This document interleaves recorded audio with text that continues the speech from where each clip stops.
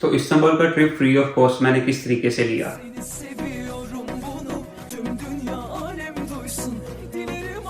अभी मेरा यहाँ पे लेओवर था तकरीबन 13 घंटे का तुर्की में इस्तांबुल में। और शाम को भी 7 बजे मैं फिर जा रहा हूँ जर्मनी। और वहाँ पे रात 9 बजे तक जर्मन टाइम में पहुँचूंगा। उसके बाद फिर कल ही मैं एक वीडियो रिकॉर्ड करूंगा, पूरा प्रोसीजर बताऊंगा किस तरीके से तुर्की का वीज़ा लेना है और किस तरीके से आप फिर ये टूर ले सकते हैं। और ये टूर तकरीबन मुझे फ्री ऑफ कॉस्ट ही पड़ा है, मेरे इसमें कोई कॉस्ट नहीं है, ये तुर्किश एयरलाइन की तरफ से मिलता है आपको फ्री में। चलें, अभी के लिए इतना काफ़ी है। ओके, ख्याल रखिएगा अपना। अस्सलाम वालेकुम everyone, welcome back to my YouTube channel. आप देख रहे हैं एक्सप्लोर विद एहसन राजा। तो मेरा नाम है एहसन ज़िया और मैं जर्मनी में एक इंटरनेशनल स्टूडेंट हूँ। मैं जब जर्मनी आया था तो मैंने आते हुए इस्तांबुल का ट्रिप लिया था। 1 डे ट्रिप था, फ्री ऑफ कॉस्ट था।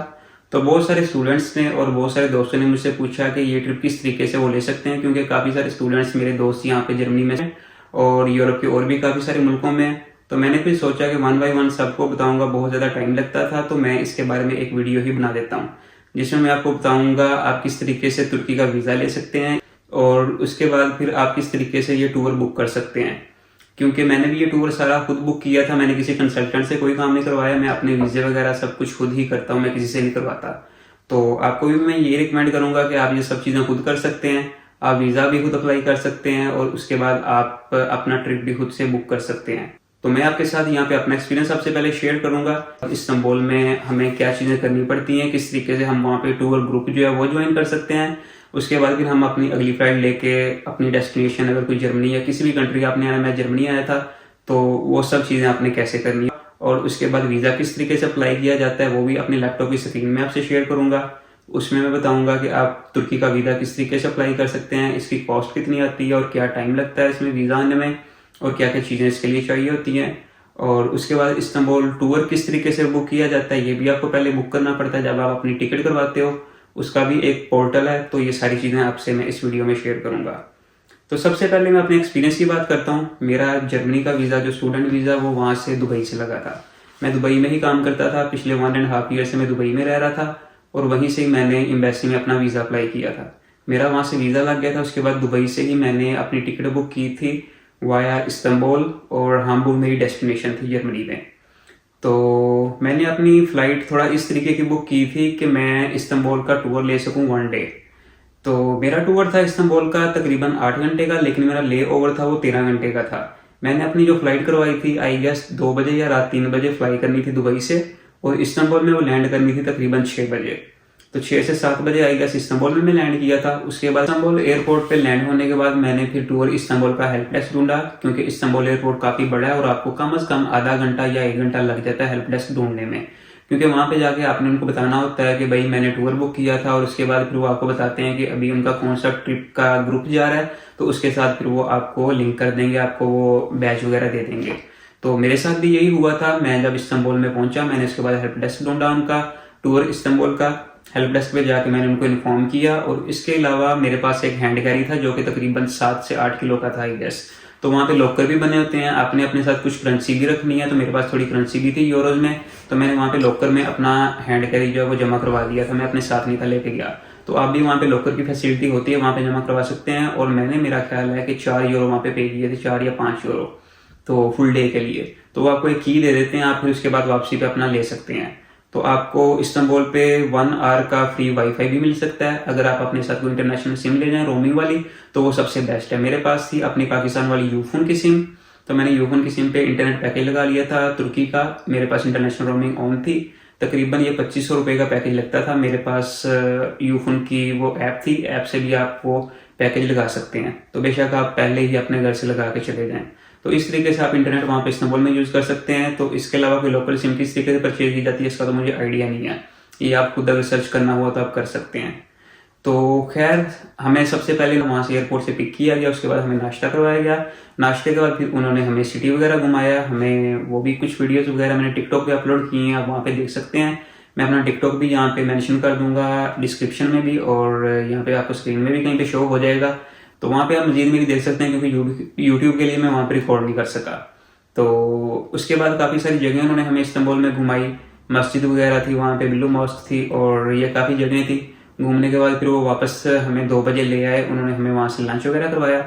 लंच करवाने के बाद 3 बजे उन्होंने हमें एयरपोर्ट पे ड्रॉप किया। उसके बाद फिर मैंने अपना हैंड कैरी वगैरह कलेक्ट किया और फिर मैं आ गया वहाँ पे अपनी अगली फ़्लाइट का जहाँ पे गेट था उधर। उसके बाद मैंने अपनी फ़्लाइट ली और रात को मैं फिर 9 बजे हामबुर्ग पहुँच गया था। तो मेरा टोटल 13 घंटे का ले ओवर था। आपने भी कोशिश करनी है कि आपका ले ओवर 6 घंटे से ज़्यादा, और मैं तो ये रिकमेंड करूँगा कि आपका कम से कम 8 से 10 घंटे का ले ओवर होना चाहिए अगर आप कोई ट्रिप लेना चाहते हैं। तो ये थी मेरी स्टोरी। अभी मैं आपको लैपटॉप की स्क्रीन की तरफ लेके जाऊँगा और आपको मैं बताऊँगा कि किस तरीके से आपने वीज़ा अप्लाई करना है, और उसके बाद फिर मैं आपको बताऊँगा कि आपने टूर इस्तांबुल किस तरीके से बुक करना है, और बाकी की कोई चीज़ें अगर रह गई हुई वो फिर मैं उसके बाद आपको बताता हूँ। तो चलिए आप चलते हैं हमारी लैपटॉप की स्क्रीन की तरफ। तो मैं अब तुर्किश एयरलाइन की वेबसाइट पे आ गया हूँ और यहाँ पे मैं साइन इन करूँगा। अब ये रहा मेरा यूज़र नेम और मैं यहाँ पे साइन इन हो चुका हूँ। तो सबसे पहले अब मैं फ़्लाइट्स चेक करूँगा। अब मुझे वन वे चाहिए और यहाँ से मैं सिलेक्ट कर लेता हूँ let's suppose Dubai, from DUBAI Dubai to Hamburg international airport, Dubai, United Arab Emirates. तो अब डेट हम देख लेते हैं यहाँ पे दिसंबर की, 4 दिसंबर में सिलेक्ट कर लेता हूँ। अब इसके बाद हम सर्च फ्लाइट्स करते हैं।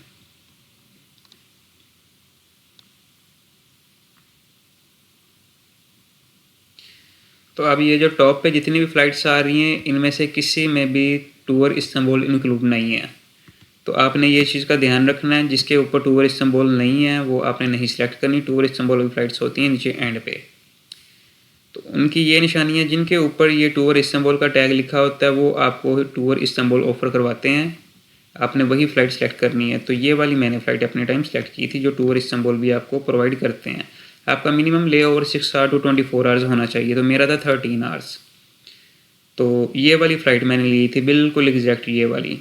2:50 पे मैं दुबई से चला था, मेरी फ़्लाइट थी, और 6:55 पे मैं इस्तांबुल पहुंचा था।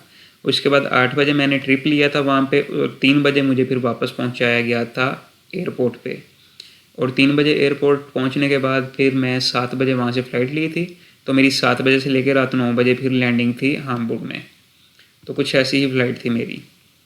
तो ये भी टूर वाली नहीं है, ये टूर इस्तांबुल लिखा हुआ है, ये आपने लेनी है। तो ले ओवर का आपने ख्याल रखना है, आपने वही फ़्लाइट बुक करनी है। तो इनकी प्राइसेस पे भी आप स्टूडेंट डिस्काउंट ले सकते हैं। स्टूडेंट डिस्काउंट के बारे में भी आपने वहाँ पे पहले अप्लाई करना, अपना एडमिशन लेटर वगैरह अपलोड करना होता है, तो फिर आपको यहाँ पे स्टूडेंट डिस्काउंट मिलता है। तो टूर इस्तांबुल वाली आपने फ़्लाइट बुक कर ली जिसमें ये डिटेल्स वगैरह लिखी हुई हैं, आइटिनरी डिटेल।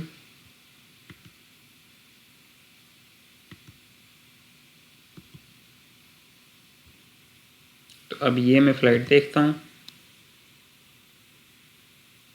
इसमें ये रहा 8 kg cabin bag allowance, seat selection वगैरह, full refund within 24 hours. तो मैं ये फ़्लाइट लेता हूँ। अब आगे हम चलते हैं, होल्ड प्राइस है या अपने यहाँ पे कंटिन्यू कर देना है। तो इसकी 1940 प्राइस है। अगर आप स्टूडेंट हैं तो आपको स्टूडेंट डिस्काउंट भी मिल सकता है, वो भी आप अप्लाई यहाँ पे कर सकते हैं। तो अब यहाँ पे आपने अपनी डिटेल्स वगैरह लिखनी है। मेरी डिटेल उसने ऑटोमेटिकली फेच कर ली है। यहाँ पे एसन दिया, अगर कोई और पैसेंजर है तो वहाँ पे आप यहाँ पे ऐड कर सकते हैं पैसेंजर नेम और पासपोर्ट नंबर वगैरह। तो खैर इस तरीके से आपने टूर इस्तांबुल वाली बुक कर ली फ़्लाइट।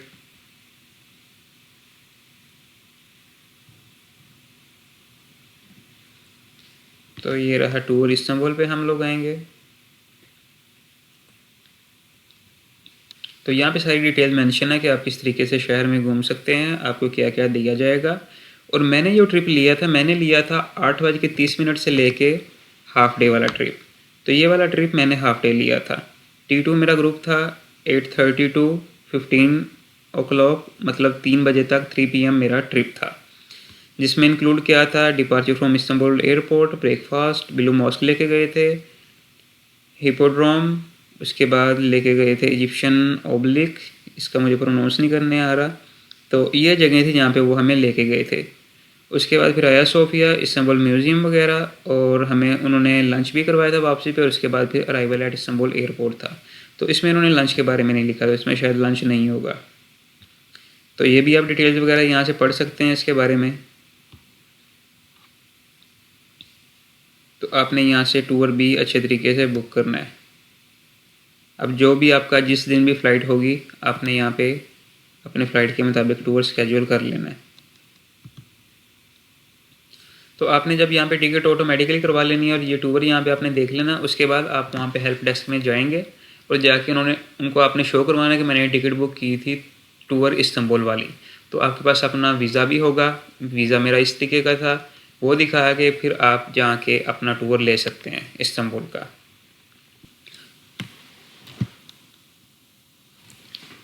तो जी अब हम अपनी स्क्रीन पे आ चुके हैं। तो सबसे पहले मैं आपको लेके जाऊंगा तुर्किश गवर्नमेंट का ये वेबसाइट है evisa.gov.tr, ये वेबसाइट है। इसका लिंक मैं आपको डिस्क्रिप्शन में भी मेंशन कर दूंगा, वहाँ से भी देख सकते हैं।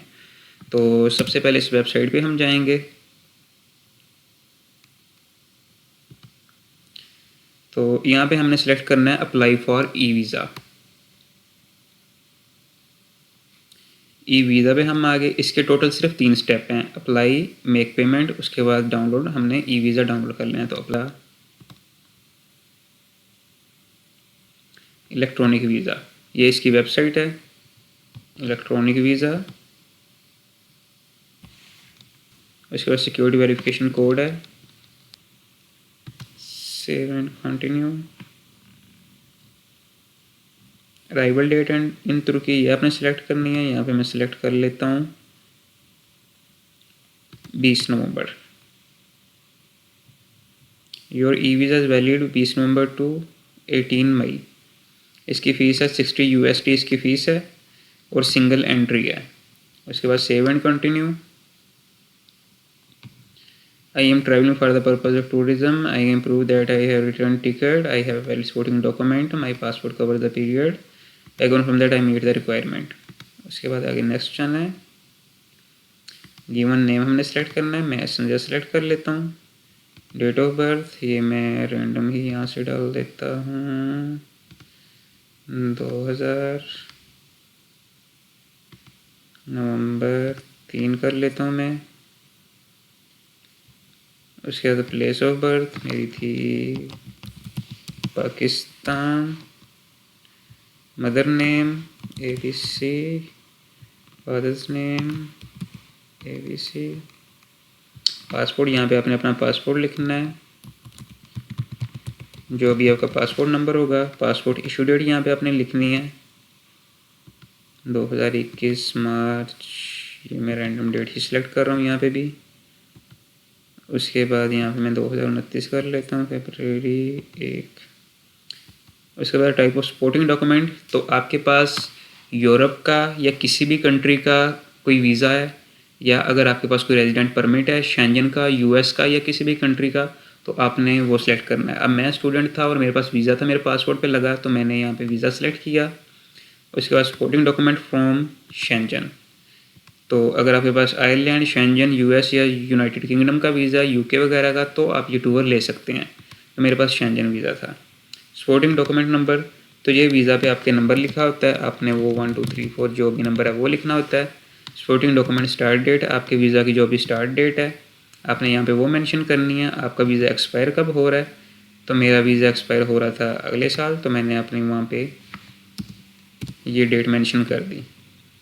तो उसके बाद अपना ईमेल एड्रेस यहाँ पे आपने मेंशन कर देना है, तो abcd@gmail.com।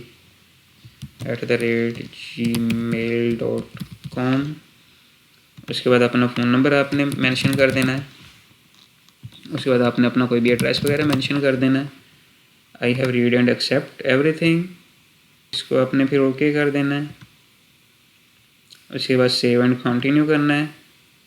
अब ये आपकी वेरिफिकेशन के लिए एक बार डाटा आपके सामने आ जाएगा कि आप वेरीफाई कर दें कि बिल्कुल ठीक है, वेरीफाई कर देना है। अगर एडिट करना है तो आप एडिट भी कर सकते हैं। तो आपको ये ईमेल आ जाएगी। ईमेल आने के बाद फिर आपने उसके बाद इसकी वेरिफिकेशन करनी होती है। वेरिफिकेशन के बाद फिर आपने पेमेंट करनी है और पेमेंट के बाद आपका वीज़ा लग जाएगा। ई वीज़ा आपके आ जाएगा वहाँ पे। तो ई वीज़ा का यहाँ पे मैं मेंशन भी कर दूंगा मेरा किस तरीके का ई वीज़ा था। तो ये था, मैंने आपको एक्सप्लेन किया कि आप किस तरीके से ई वीज़ा अप्लाई कर सकते हैं और उसके बाद आपने टूर इस्तांबुल किस तरीके से बुक करना है। तो उम्मीद है कि ये सारी चीज़ें आपको समझ आ गई होंगी। तो ई वीज़ा के लिए कौन कौन से कंट्रीज एलिजिबल हैं वो मैंने वीडियो में भी आपको एक्सप्लेन किया जब मैंने अपनी स्क्रीन शेयर की है कि जिनके पास कोई ना कोई शेंजन वीज़ा है और जिनके पास यूएस का वीज़ा है, यूके का वीज़ा है या आयरलैंड का वीज़ा है। इन 4 कंट्रीज का मतलब शेंजन, यूएस, यूके और आयरलैंड का वीज़ा सिर्फ वही लोग ई वीज़ा अप्लाई कर सकते हैं। इसके अलावा और कोई भी बंदा ई वीज़ा अप्लाई नहीं कर सकता। बाकी के लोगों को, आपको जिनके पास दुबई का या किसी और कंट्री का वीज़ा है, उनको फिर एम्बेसी में ही जाके अप्लाई करना पड़ेगा या उसका कोई और तरीक़ेकार है, वो तो मुझे मालूम नहीं है। लेकिन इस तरीके से आप ई वीज़ा ले सकते हैं। जिनके पास किसी और कंट्रीज़ के वीज़ा हैं, जो 4 मैंने मेंशन किए हुए हैं शेंजन के अलावा बाकी 3। और उसके बाद आपने टूर इस्तांबुल वाली टिकट ही बुक करनी है। अगर आपने टूर इस्तांबुल के बगैर टिकट बुक की लेकिन लेओवर फिर भी ज़्यादा हुआ तो आपको वो ट्रिप नहीं मिलेगा। तो आपने बिल्कुल ध्यान रखना है टिकट बुक करते हुए। और स्टूडेंट्स वगैरह हैं अगर कोई, तो उनको स्टूडेंट डिस्काउंट भी मिल जाता है। मुझे जैसे 15% डिस्काउंट मिला था और मुझे प्राइस कम हो गई थी और मुझे 40 kg जो था लगेज उसका उन्होंने ऐड कर दिया था कि 40 kg मैं लेके जा सकता हूँ, वरना नॉर्मली 30 kg होता है। तो इसके अलावा मेरा तो बहुत अच्छा एक्सपीरियंस था।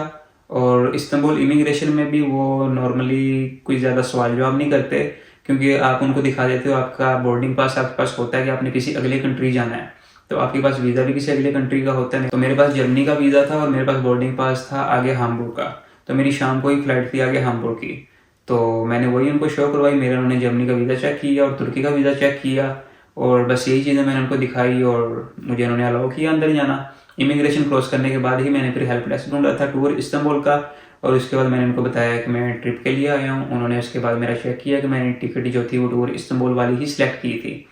उसके बाद मुझे उन्होंने वो बैज वगैरह दे दिया और ग्रुप बता दिया कि ये आपने ग्रुप ज्वाइन करना है।